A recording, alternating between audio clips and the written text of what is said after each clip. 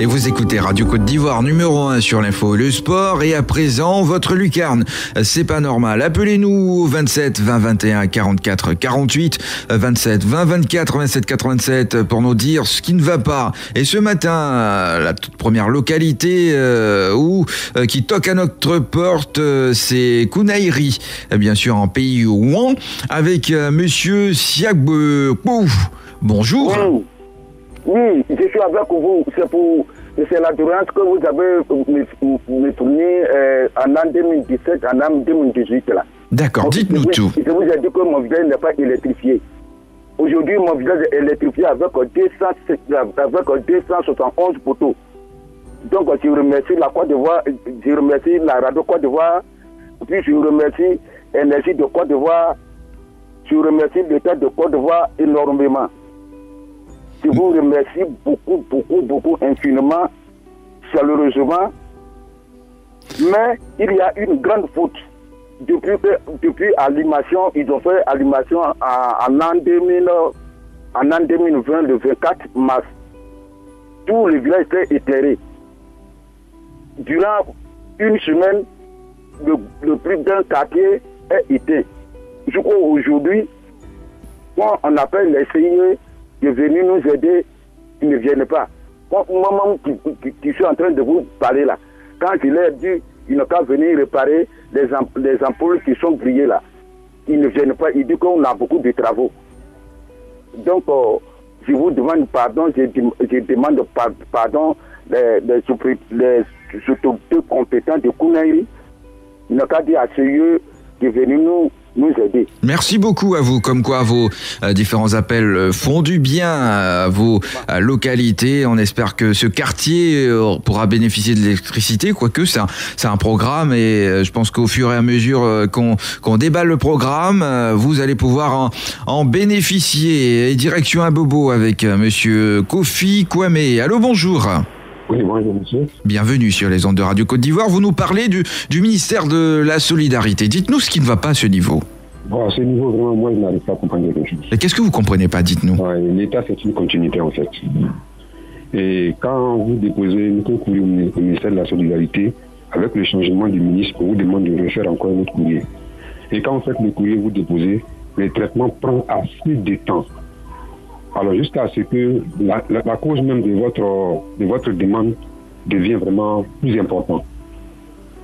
Voilà un peu ce que moi j'ai dit au ministère de la Solidarité. Et vous attirez l'attention ce matin pour dire que l'État c'est une continuité et que les courriers antérieurs puissent être, traités par le nouveau ministre, c'est ça? Oui, et puis un peu plus rapidement. Un peu plus rapidement, ça c'est votre cri de cœur ce matin, coup de gueule plutôt. Merci beaucoup. Donc, au ministère de la Solidarité de revoir ça. D'accord, j'espère qu'ils sont à l'écoute et qu'ils pourront écouter pour prendre votre préoccupation en compte. 27 20 21 44 48, 27 20 24 27 87. Nous vous attendons dans cette lucarne et nous prenons la direction d'Agnan-Soué à Bingourou avec monsieur Broukwadio. Bonjour.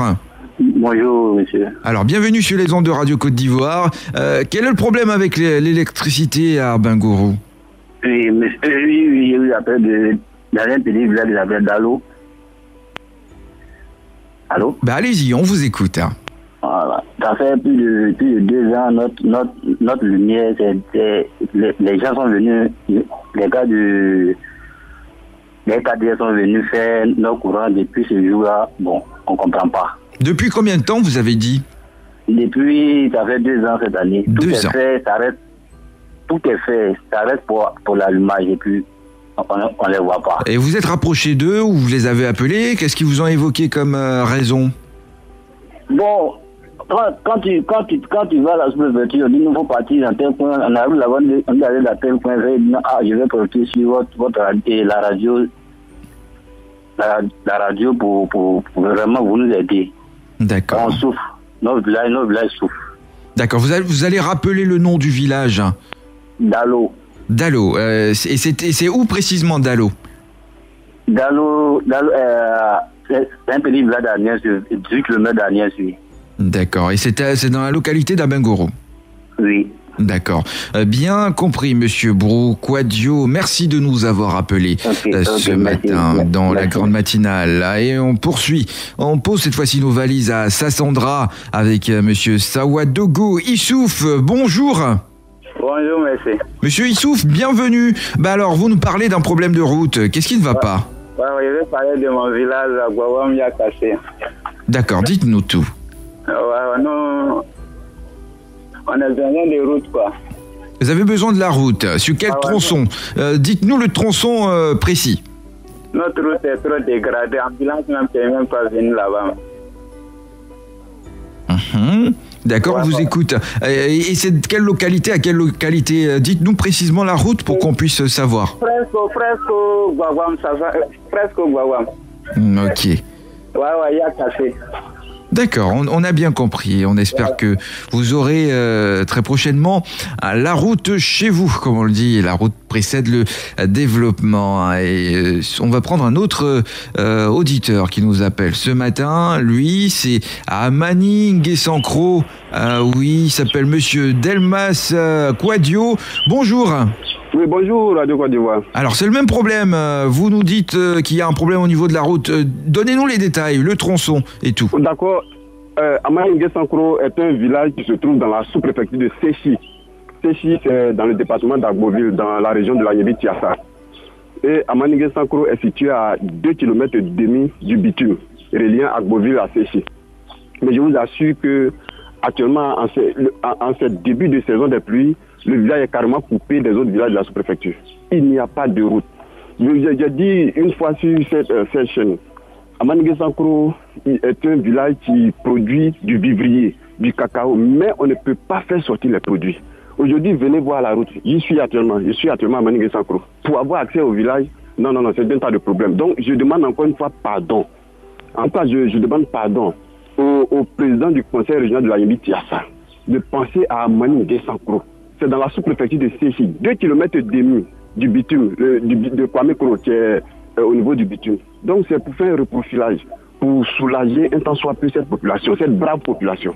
Donc, je demande pardon à la population, comme on appelle au conseil régional de la Yébi-Tiassa, de penser à Amalingue-Sankro, dans la sous-préfecture de Séchi, à Agboville. Merci de nous avoir appelés ce matin. C'est un problème crucial, important pour vous et pour toute la localité. Merci donc à vous. Et on part à Bobo Baoulé avec monsieur Koulibaly Yacouba. Il nous parle des canalisations. Bonjour monsieur. Bonjour monsieur. Alors bienvenue sur les ondes de Radio Côte d'Ivoire. Nous sommes heureux de vous accueillir ce matin. Ok, merci monsieur. Alors dites-nous, qu'est-ce qui ne va pas à Bobo Baoulé? À Bobo Baoulé, précisément à Belleville, le quartier Gouro. C'est Belleville, le quartier Gouro, précisément quartier Gouro. D'accord, et qu'est-ce qu'il y a là? De canalisation. De canalisation, d'accord, dites-nous. Oui, parce que quand il pleut là, vraiment, ça fait plusieurs fois on appelle pour que les gens puissent nous aider, l'État puisse nous aider. Est-ce qu'on a des caniveaux ou il n'y a pas de caniveaux? Il n'y a pas de caniveaux. Donc ça fait que quand il pleut, l'eau rentre partout dans les maisons. D'accord. Donc actuellement, nous sommes obligés de quitter les maisons. Bien compris. Donc vraiment, on souffre. On a l'électricité, on a l'eau courante, mais c'est le problème de canalisation qui nous manque. Depuis, on essaie de parler de ça, mais pas de suite. Et ce matin, j'espère que votre appel pourra faire écho pour que ce problème puisse être résolu chez vous. Donc notre souhait, si on pouvait nous relier à Bobo Baoulé là qu'ils ont arrangé là. Nous sommes au moins à 500 mètres de là. Si on peut nous raccorder par là, ça va vraiment nous faire plaisir.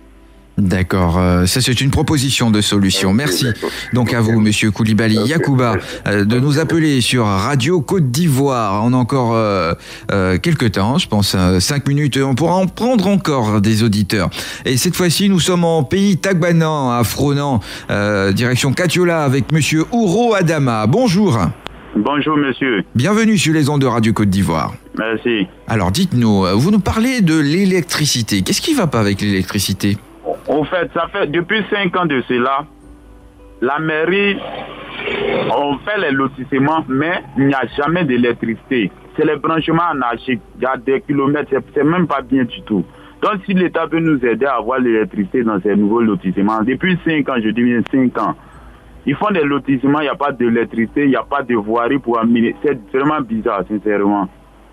Merci beaucoup de dénoncer tout ça. Et l'État se rapproche de vous avec les nouvelles mesures prises par le gouvernement et par le président de la République, son Excellence Alassane Ouattara. Et je pense que tout rentrera dans l'ordre. Hein. C'est pour le développement des différentes régions. Merci donc à vous, à Fronan, précisément à Katiola. Et cette fois-ci, on a un appel, un auditeur qui nous appelle de Yopougon-Siporex. Il s'appelle monsieur Jean-François Conan. Bonjour. Oui, bonjour monsieur. Bienvenue sur les ondes de Radio Côte d'Ivoire. Merci de nous avoir appelés. Oui. Merci beaucoup. En fait, vous allez m'aider un peu. D'accord. Je vais me renseigner pour savoir, les sociétés de gardiennage sont affiliées à quel ministère?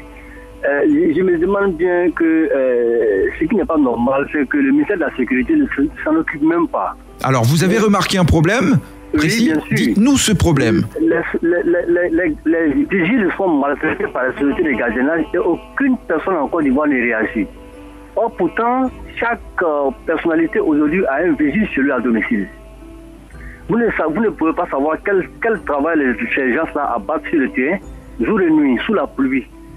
Il y a un de vos collègues qui a eu le titre de Boni en 2019 pour avoir fait un reportage sur les sociétés de gardiennage. Mais malheureusement, ça n'a pas été pris en compte. Le monsieur a été primé, mais quand on est primé, il faut qu'on suive logiquement. Hein? Des jeunes gens qui refusent d'aller vagabonder, qui viennent se débrouiller, et vous laissez les gens les maltraiter, comme ce n'est pas les Ivoiriens. Alors précisément, vous dites, c'est quoi? C'est un problème de salaire ou un problème de comportement ou de maltraitance? Un problème de maltraitance. Oui. Un problème d'abus. Vous trouvez qu'on abuse d'eux, c'est ça? Oui, beaucoup. Les gens sont renvoyés, les gens sont licenciés. Lors des fêtes de travail, on en parle plusieurs fois, mais il n'y a pas de réaction. Et est-ce que vous avez un cas précis? Franchement, il y a des cas précis, il y a beaucoup de cas précis. Si vous voulez, je peux vous citer le nom des sociétés. Hein. Non, on ne va pas citer les noms des sociétés. Voilà. Il y en a plusieurs qui se font passer pour des grandes sociétés, mais qui maltraitent les éléments. Donc c'est des jeunes Ivoiriens. Donc vous interpellez l'État pour avoir un œil sur les sociétés de gardiennage. Oui, il y a plein de délégués qui ont été licenciés abusivement. Il y a des droits qui ne sont pas payés, les primes de salaire, les primes de transport, les gratifications, les primes de congé. Mais c'est quand même, comme les Ivoiriens, c'est pas normal. Il faut que les gens aient au moins un regardant sur ce côté. Vous voyez, les gars. Franchement. Merci beaucoup. Merci de nous avoir appelés. Il faut que le ministère de la Sécurité s'en occupe quand même. Je pense que ça fait partie de son devoir. D'accord. Hein, on a bien compris votre cri de cœur ce matin. Et appelez-nous pour tous ceux qui nous écoutent, qui voient des situations autour d'eux qui ne vont pas. C'est cette lucarne. Et on prendra le tout dernier pour refermer. C'est pas normal. Ce matin, nous sommes à Agbaou, donc à Akupé, avec monsieur Antoine Yapi. Bonjour, monsieur Antoine. Bonjour, monsieur. Bienvenue sur les ondes de Radio Côte d'Ivoire. Vous nous parlez d'un problème de cacao. Oui, cacao. Qu'y a-t-il avec le cacao? Bon, depuis le gouvernement est venu au pouvoir, Alassane Ouattara a annoncé que le prix de cacao, si lui l'annonce, lui, il n'y a pas, on ne diminue pas, ça ne monte pas, on ne diminue pas, jusqu'à l'année finie. Moi, je crois que, je ne sais pas ce que se passe dans cette année-là. Cacao, le prix du cacao, à l'heure là, avec 400, 450. Donc il avait annoncé ça 1000 francs. Alors monsieur, je vais vous poser une question. Vous dites que vous ne comprenez pas cette année. Depuis l'année dernière, le monde entier fait face à une situation, face à une pandémie. Oui, c'est très bien. Et toutes les activités, vous savez, sont à la traîne. Oui, mais ils nous éclaircissent pas. Ils ne éclaircissent pas très bien. Parce que les gens qui sont au village ici, on ne comprend pas. Et le gouvernement fait son effort hein, pour vous non seulement vous informer sur la radio nationale, pour vous dire pourquoi est-ce que le cacao en ce moment est à ce prix et tout ça. Le gouvernement fait beaucoup d'efforts pour vous informer. Oui, je sais très bien. Voilà, et nous aussi, on vous comprend du fait que vous décriez le prix du cacao. Ben, le gouvernement, à chaque fois, hein, ici, dans l'invité du jour et dans les autres émissions, même dans les éditions, on essaie de vous informer. Oui, je comprends, mais toutes les prix sont augmentés, tous les prix sont augmentés aussi. On n'achète pas nos cacao et puis tout est tout augmenté. Donc, on a bien compris. Et on comprend aussi votre cri de cœur. Et espérons que tout rentre dans l'ordre dans le monde entier pour que on puisse vendre normalement notre cacao et pour que vous les paysans, braves paysans, vous puissiez donc en bénéficier. Merci beaucoup à vous, monsieur Yapi Antoine, de nous avoir appelé. Situation difficile. Souhaitons que la Covid disparaisse de ce monde entier. Et on invite aussi tout le monde à aller se faire vacciner pour freiner cette maladie. Merci donc de nous avoir suivis dans cette lucarne. C'est pas normal. C'est la fin pour aujourd'hui. C'est la fin pour aujourd'hui. C'est la fin. Radio Côte d'Ivoire, Abidjan 88.fm.